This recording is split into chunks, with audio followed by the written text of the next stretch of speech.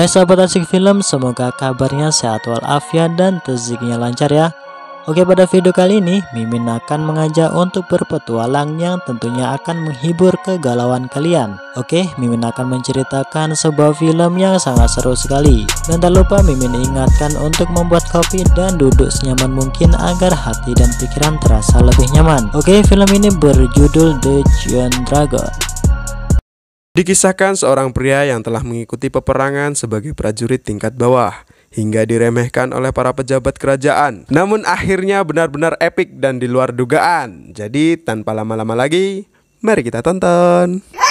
Di awal film kita dilihatkan dengan peperangan yang sangat mengerikan di sebuah perbatasan antara dua kerajaan, antara kerajaan Yin dan kerajaan Yao.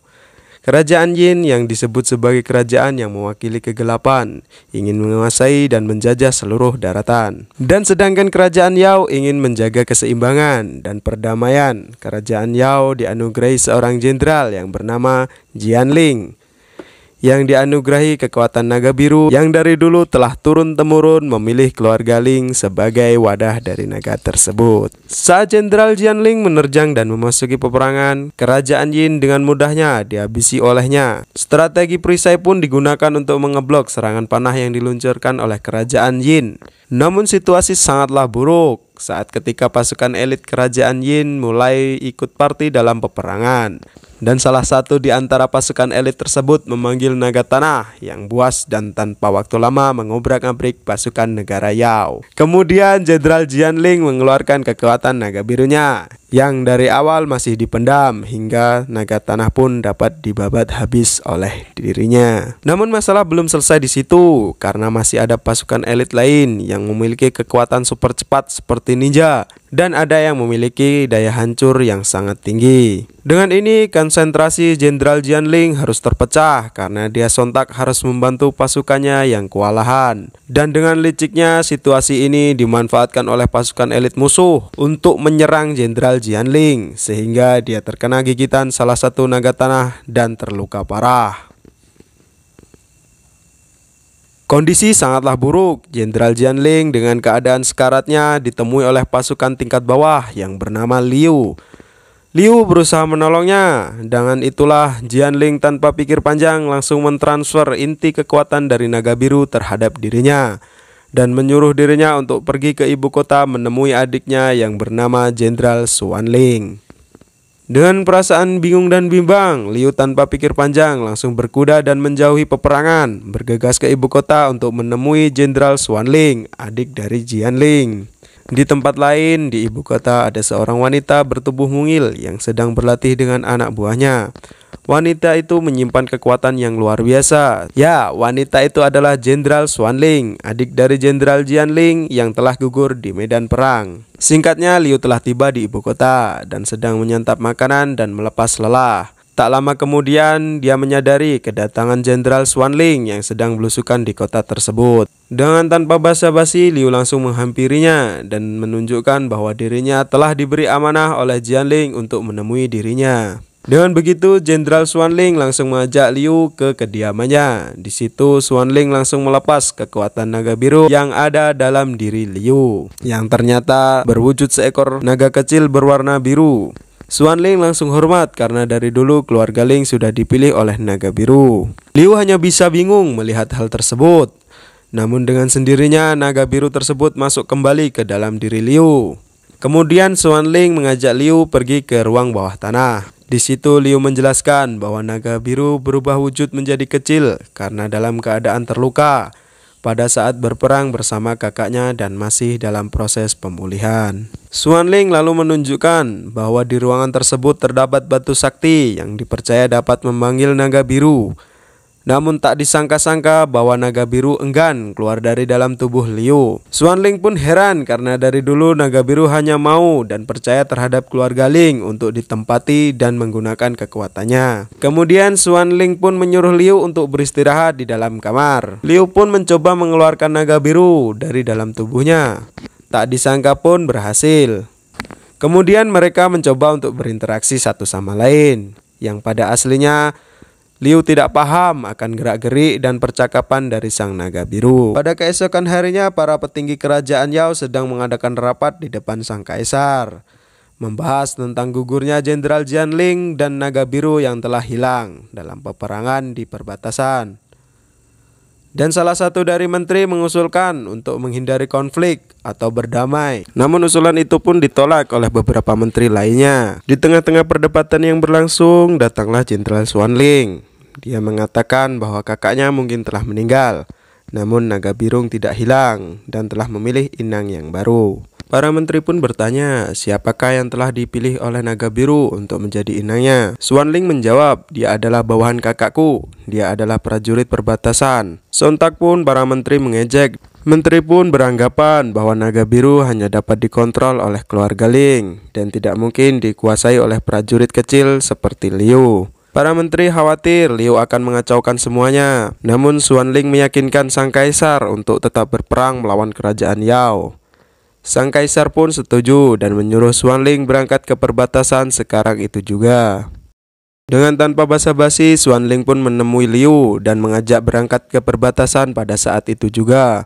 Xuanling berjanji pada Liu bahwa dirinya akan mengajari Liu cara menggunakan kekuatan naga biru di perjalanan nanti. Singkatnya, perjalanan pun dimulai dengan rombongan yang berisi Liu, Xuanling, dan kedua anak buahnya. Di tengah perjalanan, rombongan itu pun beristirahat tengah hutan sampai keesokan paginya. Disitulah Xuanling mulai melatih Liu. Pelan tapi pasti kekuatan itu pun muncul, walaupun kegagalan tetap terjadi. Pelatihan tetap dilanjutkan sampai malam hari pun tiba. Xuanling memperbolehkan Liu untuk beristirahat. Keesokan harinya perjalanan pun dilanjutkan. Tanpa terasa mereka telah tiba di sebuah rumah tua yang terbengkalai dan menjadikan rumah itu tempat beristirahat. Ketika semua sedang tertidur, Liu pun malah tertawa cengengesan di dekat Xuanling sambil menatap kecantikan wanita yang ada di depannya. Sontak Xuanling terbangun dan langsung mengajak Liu untuk berlatih kembali. Di tengah-tengah latihan berlangsung, suatu hal tak terduga terjadi di mana 3 pasukan elit kerajaan Yao berhasil melacak dan menemukan mereka. Tarungan sengit pun tak terhindarkan. Namun sang ketua pasukan tidak ikut di situ. Dan salah satu pasukan elit yang bertarung dengan Liu mengeluarkan teknik penarikan sukma yang dimana membuat Liu seketika lemas tak berdaya. Untungnya salah satu pengawal datang menolongnya, namun harus dibayar dengan nyawa yang hilang. Sementara itu Xuanling berhasil mengalahkan si ninja, namun pengawal satunya pun berhasil dikalahkan.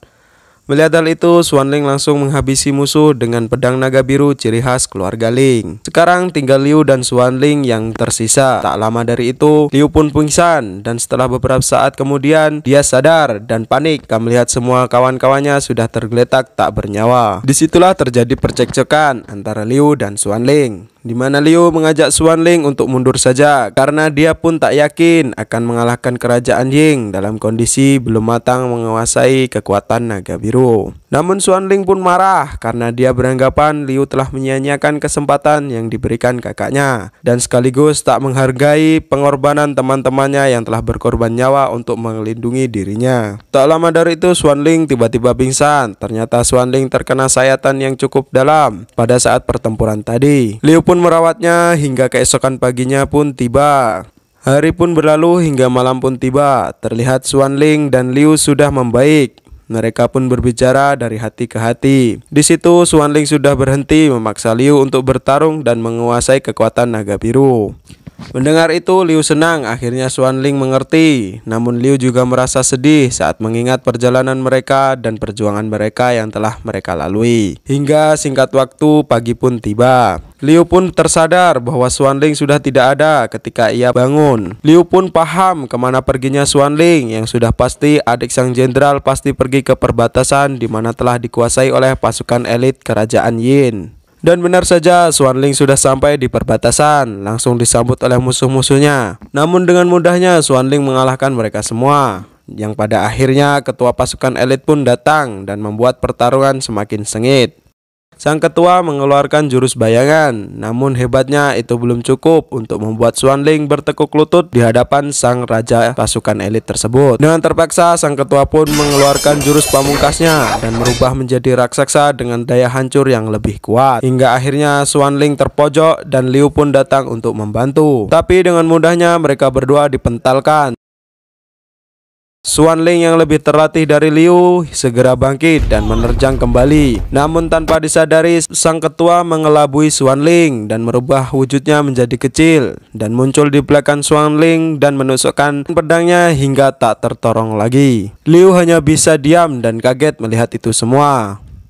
Lalu dengan kejamnya sang ketua memanggil naga tanah dan melemparkan mayat Xuanling untuk dijadikan makanan oleh naga tanah tersebut. Disitulah kesabaran Liu mulai habis dan tanpa disadari ia mengamuk dan menggunakan kekuatan naga biru secara penuh hingga ia terbang ke langit dan membentuk rasi berbentuk bintang naga. Kemudian kembali lagi ke bumi dengan wujud full power naga biru dengan kekuatan yang sangat dahsyat, bahkan melebihi kekuatan Jenderal Jianling sebelumnya. Dengan ini naga tanah pun dapat dihabisi dengan mudah. Pertarungan dengan ketua elit pun sudah nampak berbanding jauh dan terlihat Liu sangat mendominasi. Merasa terpojok, sang ketua pun memanggil naga tanah dengan kekuatan penuh dan bergabung menjadi sosok monster yang sangat mengerikan. Dan pertarungan menegangkan pun tak terhindar lagi, yang pada akhirnya karena Liu sudah terlalu kuat dan dapat mengalahkannya walau musuh dengan susah payah. Dengan ini sudah dipastikan perang kerajaan dimenangkan oleh kerajaan Yao, dan pastinya tetap berjaya dan kedamaian tetap abadi selamanya.